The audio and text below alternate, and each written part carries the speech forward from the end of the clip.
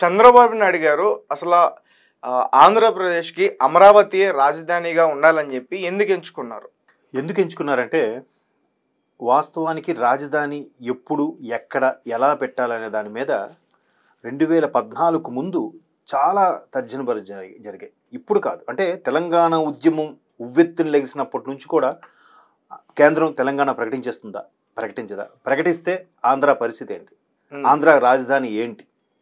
జనరల్‌గా ఆంధ్ర రాజధాని అని కాకపోయినా అందరి దృష్టిలో మీరు ఒకసారి పాత వాళ్ళ తరం వాళ్ళని కదిలిస్తే ఆంధ్రప్రదేశ్ కూడా మద్రాసు రాష్ట్రం కింద ఉండేది. ఓకే. మద్రాసు రాష్ట్రం అందుకు సౌత్ ఎవరి నుంచి నార్త్ ఎవరు వెళ్ళినా మద్రాసి అనేవారు.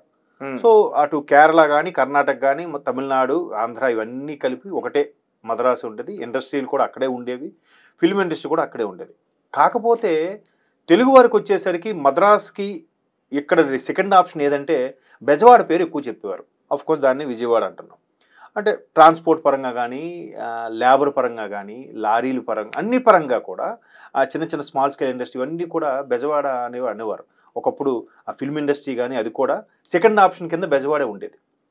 ఎప్పుడైతే 53లో ఆంధ్ర రాష్ట్రం అవతరించింది, 53లో ఆంధ్ర రాష్ట్రానికి రాజధానిగా కర్నూలు ఉండేది, 56లో ఆంధ్రప్రదేశ్ అయిన తర్వాత హైదరాబాద్ రాజధాని చేశారు. ఆఫ్కోర్స్ మహానుభావుడు సర్దార్ వల్లభాయ్ పటేల్ దీనివల్ల నిజాం నవాబు పరిపాలించే దాన్ని కూడా తెలంగాణ మొత్తం ఈ ఆంధ్రప్రదేశ్లో కలిపి అప్పట్లో ఆంధ్రప్రదేశ్ అని పెట్టారు. అప్పుడే దాన్ని తెలంగాణ ఆంధ్రాగానో లేదంటే ఇంకేదో తెలుగు ప్రదేశ్ గానో ఇంకేదో పెట్టుంటే బాగుండేది. అక్కడ కొంత ఫీలింగ్ కూడా స్టార్ట్ అయ్యింది నాకు తెలిసినంత వరకు. సో ఆంధ్రప్రదేశ్ అంటే తెలుగు వాళ్ళను ఆంధ్రులు అంటారనే కాన్సెప్ట్లో మరి అది ఎక్కడ ఆ వర్డ్ పుట్టిందో లేదో తెలియదు. చాలామంది తెలంగాణలో ఒప్పుకోరు. ఆంధ్రులు అంటే కేవలం ఆంధ్ర వాళ్ళే, తెలుగు వాళ్ళు కాదు అని అంటారు. సో ఎవరి అభిప్రాయం వాళ్ళది. సో మొత్తానికి ఆంధ్రప్రదేశ్ అయిన తర్వాత హైదరాబాద్ రాజధానిగా వేశారు. ఎందుకు హైదరాబాద్లో అప్పటికే ఆంధ్రాలో ఉండే చాలా నగరాల కన్నా హైదరాబాద్ పెద్ద నగరం, పురాతన నగరం. ఆల్రెడీ నవాబులు హయాంలో కొన్ని కట్టించినవి వాటిని అటు ఇటుగా మార్చి దాన్ని ప్రభుత్వ కార్యాలయాల కింద వాటి కింద వాడుకోవడం ఇవన్నీ జరిగాయి. సరే మొత్తానికి హైదరాబాదు అనుకున్నారు. మరి ఎందుకో అప్పుడు కాంగ్రెస్ ప్రభుత్వం దాన్ని డిక్లేర్ చేసింది. ఇంకా అందరూ రాయలసీమ కానీ ఆంధ్ర కానీ తెలంగాణ ప్రతి ఒక్కరు కూడా పెట్టుబడులు ఎక్కడ పెట్టడం, బ్రతుకు తెరుగు ఎక్కడే రావడం ఇవన్నీ జరిగాయి. తర్వాత కొంతమంది ఇండస్ట్రీ పెద్దలు ఏం చేశారంటే ఫిల్మ్ ఇండస్ట్రీకి సంబంధించి తమిళనాడులో తెలుగు వాళ్ళకి అంత ప్రాధాన్యత ఉండట్లేదని చెప్పి ఇట్లా హైదరాబాద్ కొంతమంది షిఫ్ట్ అవ్వడం. ఇక్కడ అక్కినే నాగేశ్వరరావు గారు కానీ లేదంటే సారథి స్టూడియోస్ ఆయన కానీ ఇట్లాంటి వాళ్ళు మెల్లమెల్లగా స్టూడియోలు ఇక్కడ స్టార్ట్ చేసిన తర్వాత మెల్లమెల్లగా ఇండస్ట్రీ వచ్చింది. తర్వాత రామోజీ ఫిల్మ్ సిటీ లాంటి మహా స్టూడియోలు కట్టిన తర్వాత పూర్తి స్థాయిలో ఇండస్ట్రీ హైదరాబాద్ షిఫ్ట్ అయిపోయిన తర్వాత ఇంక అందరూ హైదరాబాద్ ఇది కానీ చేశారు. హైదరాబాద్ కానీ ఐటీ హబ్గా అన్నీ చేశారు. వికేంద్రీకరణ అనేది జరగలే. సర్లే అనుకున్నారు. కానీ తెలంగాణ ఉద్యమం ఇప్పుడైతే ఉవ్వెత్తున లేసిందో ఇప్పుడు ఆంధ్రప్రదేశ్ విడిపోతుంది. అయితే దాన్ని మళ్ళీ రాయలసీమలో తెలంగాణ కలపాలా, రాయల తెలంగాణ చేయాలా అంటే ఇవన్నీ ఎందుకు చెప్తానంటే ఎంత తతంగా ఉంది దీని వెనక. అంటే అమరావతిని ఎందుకు చూజ్ చేసుకోవాల్సి వచ్చింది దాని గురించి చెప్తున్నా. ఇక మరి తెలంగాణకు విడిపోయినప్పుడు తెలంగాణకి రాయలసీమను కలపాలా, రాయల తెలంగాణను కలపాలా. రాయల తెలంగాణను కలిపినప్పుడు రాయలసీమలో కొంత డిమాండ్ ఏం చేశారంటే మనకి కనీసం సముద్ర తీర ప్రాంతం ఏదో ఉండాలి కదా, నెల్లూరును ఒక్కటి మాతో కలిపి రాయల తెలంగాణగా చేయండి అని చెప్పి ఇంకొంతమంది డిమాండ్ తీసుకొచ్చారు.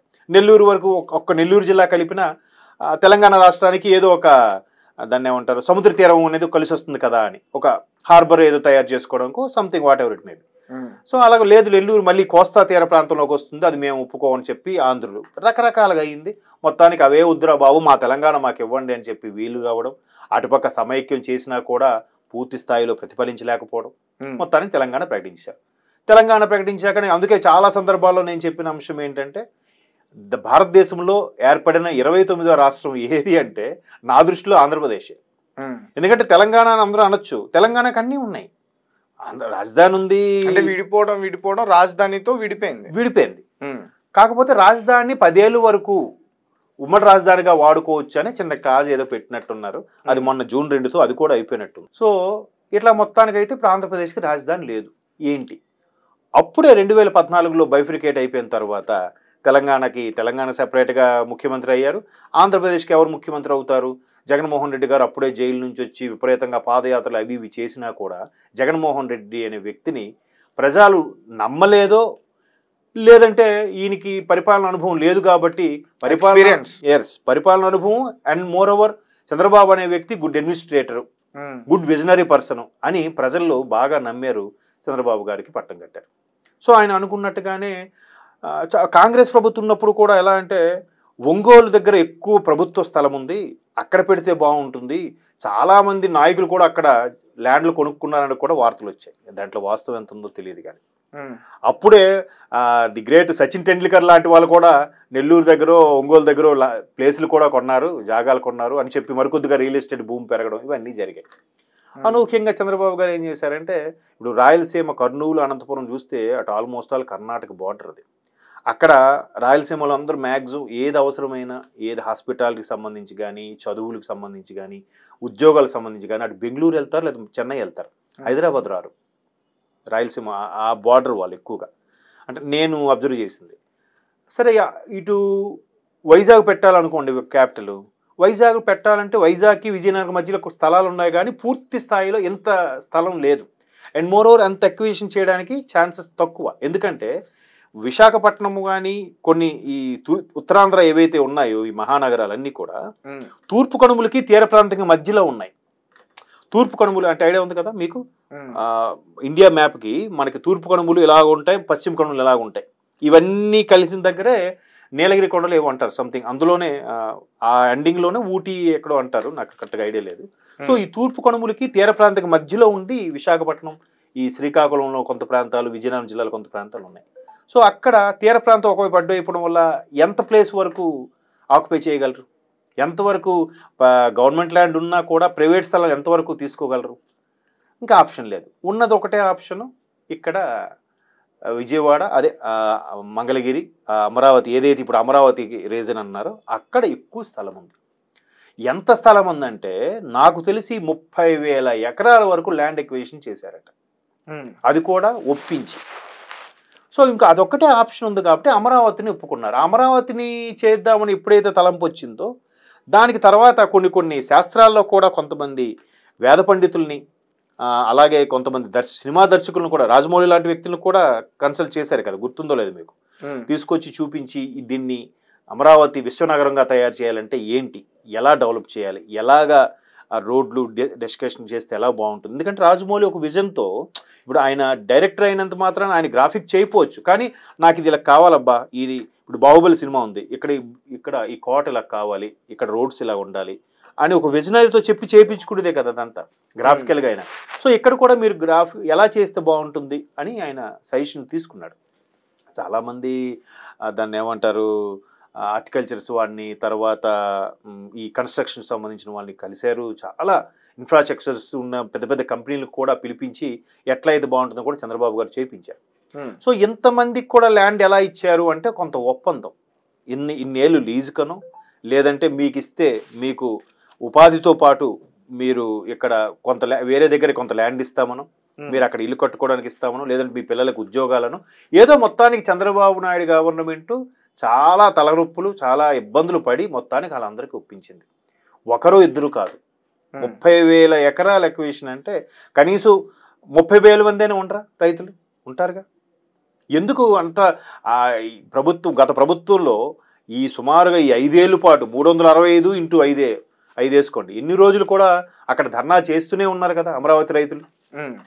సో వాళ్ళందరూ కూడా ఎందుకు అంత ఇదైపోయారంటే, ఇంత మేము చేసి మేము ఏదో ఆశించి, ఎవడైనా అంతే కదా పెడతాడంటే ఎవరికైనా ఆశ, మా ప్రాంతంలో రాజధాని అయితే మా భూమిని వాళ్ళకి ఇచ్చినందుకు మాకు దాని పక్కనే మాకు వేరే ప్లేస్ ఇస్తే అక్కడ మేము ఇల్లు కట్టుకుంటే రేపు పొద్దున రాజధాని అయితే మా పిల్లలు ఎక్కడే సెటిల్ అవుతారు అని ఎవరి స్వార్థం వాళ్ళకు ఉంటుంది. మొత్తానికి అట్లా ఎన్ని వేల మంది రైతులకి చంద్రబాబు గారి ప్రభుత్వం ఒప్పించి అమరావతిని డిసైడ్ చేశారు. అది కూడా ఎందుకు, అమరావతి నథింగ్ బట్ విజయవాడకు ఆనుకునే ఒక మహానగరం తయారు చేద్దామని.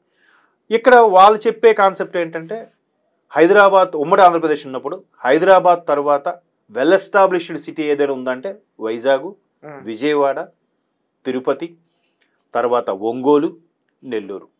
ఇంకోటి విజయవాడ పక్కన గుంటూరు కూడా ఉంది. ఇంకో అద్భుతమైన విషయం ఏంటంటే, ఒక పెద్ద నగరం పక్కన ఇంకో దగ్గరలోనే ఒక 20-30 కిలోమీటర్లు ఇంకో మహానగరం తయారవడం అనేది చాలా అరుదు.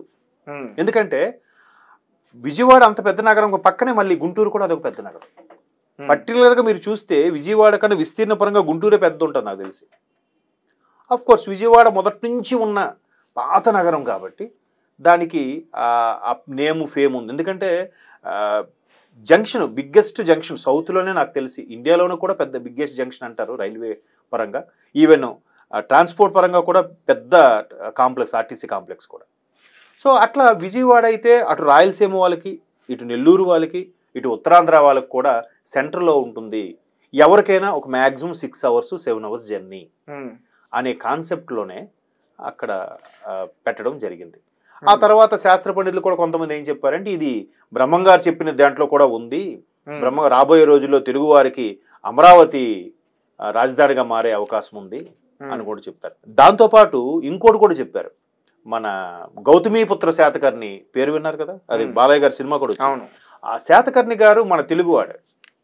ఇక్కడ నుంచి అమరావతి నుంచి కూడా మొత్తం భారతదేశాన్ని అంతా కూడా పరిపాలించాడు. మీరు ఆ సినిమాలో కూడా చూస్తే అమరావతిలో కుందేలుకు మీసాలు ఉంటాయని కూడా చెప్తా. అంటే పౌరుషానికి అంత పేరుగాంచి మొత్తం దేశం అంతటా కూడా ఈ అఖండ భారతాన్ని కూడా ఒక్క తాటిపై తీసుకొచ్చింది ఈ అమరావతి నుంచే. కాబట్టి మరలా పునర్వైభవం రాబోతుంది, అంతే కదా, తాతలు చేసింది తరతరాలకే అంటారు.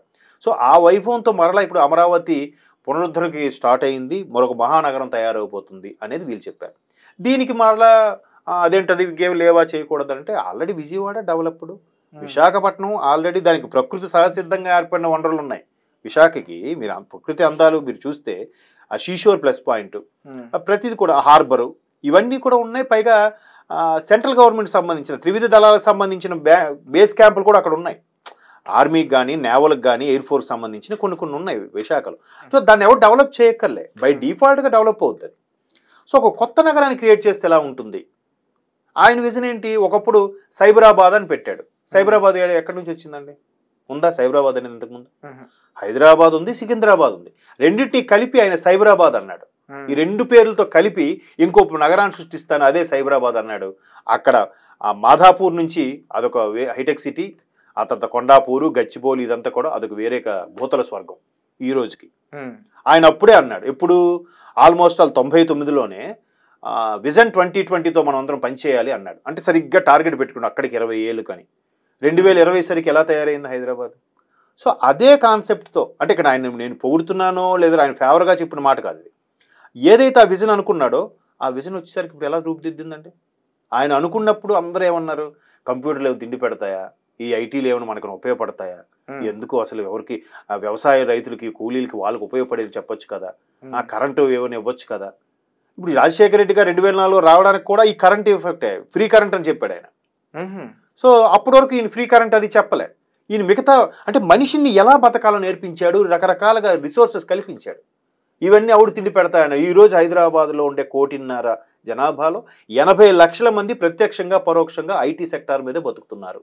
మీకు ఆ విషయం తెలుసా? 80 లక్షలు అంటే ఆల్మోస్ట్ సగం మంది కదా. మరి ఆ రోజు ఇది తిండి పెడతాదని అన్నారుగా, ఇప్పుడు ఏం మాట్లాడతారు? ఇప్పుడంటే ఏమంటారు, ఆయన చేసింది ఏముంది, ఆటోమేటిక్ హైదరాబాద్ అందరూ చేశారు. ఎప్పుడో నేదురుమల జనార్దన్ రెడ్డి గారు టైంలో శంకుస్థాపన చేశారు. శంకుస్థాపన చేసి రాయేసేస్తే అయిపోయిందా? గవర్నమెంట్ డెవలప్ అయిపోయిందా? మరి పట్టించుకోకర్లే. పోలవరం కూడా ఎప్పుడో శంకుస్థాపన చేశారు.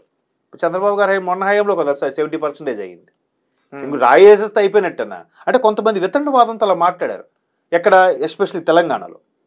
నేదురుమల జనార్దన్ రెడ్డి గారు ఎప్పుడో రాయేశారు, ఆయన వేసిన బీజమే, ఆయన రాయేసి వదిలేశాడు, తర్వాత ఏం పట్టించుకున్నాడు? అట్లా పోలండి, ఎవరి అభిప్రాయం వాళ్ళది. సో ఇలాగా అన్ని అయిన తర్వాత ఓకే, మనం అక్కడ సైబరాబాద్ అంటే ఒక మహానగరాన్ని నిర్మించి, ఇప్పుడు అందుకే కదా కమిషనరేట్లు 4 ఉన్నాయి కదా, హైదరాబాదు, సికింద్రాబాదు, సైబరాబాద్ కూడా ఉంటుంది కమిషనరేట్, ఐడియా ఉందా? సో సైబరాబాద్ కమిషనరేట్ ఎలా ఏర్పడింది? దీనివల్లే. సో అలాగే ఇప్పుడు కూడా ఒక సెపరేట్గా ఒక నగరాన్ని క్రియేట్ చేద్దాము, విజయవాడకు ఆనుకొనే అవ్వచ్చు, లేదా అమరావతి అని. ఆల్రెడీ అమరావతి అనే ఊరు ఉంది, గ్రామం అది. అమరేశ్వరుడు అంటే పంచారామ క్షేత్రాల్లో అదొక ఆలయం, తెలుసు కదా. పంచరామాలు భీమవరము, పాలకొల్లు, సామర్లకోట, ఇంకోటి 4 గోదావరి జిల్లాలో ఉన్నాయి. ఇదొక్కటి అమరావతి ఒక్కటి గుంటూరు జిల్లాలో ఉంది. మీకు ఐడియా ఉందా? మీరు గోదావరి జిల్లాలో కదా, మీకు ఐడియా ఉండి ఉంటుంది. సో 5వ పంచారామ క్షేత్రం అమరావతి, అక్కడ అమరేశ్వరుడు. సో ఆ అమరేశ్వరుడు ఆశీస్సులు ఉన్నాయి. పైగా గౌతమీపుత్ర శాతకర్ణి ఉన్నప్పుడు కూడా ఇక్కడ నుంచి ఆయన పరిపాలన చేశాడు. ఎందుకంటే డైరెక్టర్ క్రిష్ కూడా ఆయన ఇంటర్వ్యూలో చెప్పాడు, ఇప్పటికీ వాటి ఆనవాళ్ళు ఉన్నాయి అమరావతిలో. శకలా వెతికి తీస్తే దొరికాయంట. అప్పటి రాతలు తెలుగు అక్కడి నుంచి పరిపాలించారని, దానికి సంబంధించిన మూలాలు ఉన్నాయని కూడా ఆయన గౌతమిపుత్ర శాతకర్ణి సినిమా ప్రమోషన్ టైంలో చెప్పాడు ఆయన కూడా. సో ఒకప్పుడు మన తెలుగువారు దిగ్విజయంగా అఖండ భారతావని పరిపాలించిన అమరావతి కూడా ఇదే. దానితో బ్రహ్మంగారు కూడా రాబోయే రోజుల్లో తెలుగువారికి ఇది అమరావతి రాజధాని క్షేత్రంగా విరాజిల్లుతుందని కూడా ఆయన చెప్పారట బ్రహ్మంగారు కాలజ్ఞానంలో. సో ఇట్లా మొత్తం మీద మరి ఆ భగవంతుడు చెప్పిన సంకల్పమో లేదంటే ఆయనకి మైండ్లో అలా పుట్టిందో తెలియదు, ఆ విధంగా అది దారి తీసుకోవడం అమరావతి కాన్సెప్ట్. నెక్స్ట్ వాళ్ళు వచ్చి మీకు తెలిసిందే, కావాలని చంద్రబాబు గారు పెట్టారు కాబట్టి అది చేయకూడదు. చంద్రబాబు గారు ఈ కంపెనీ వచ్చింది కాబట్టి ఈ కంపెనీ ఉండకూడదు. చంద్రబాబు ఈ రోడ్డు వేసాడు కాబట్టి రోడ్డు తవ్వేయాలి. చంద్రబాబు ప్రజావేదిక కట్టాడు కాబట్టి కూల్చేయాలి. ఇదే కాన్సెప్ట్.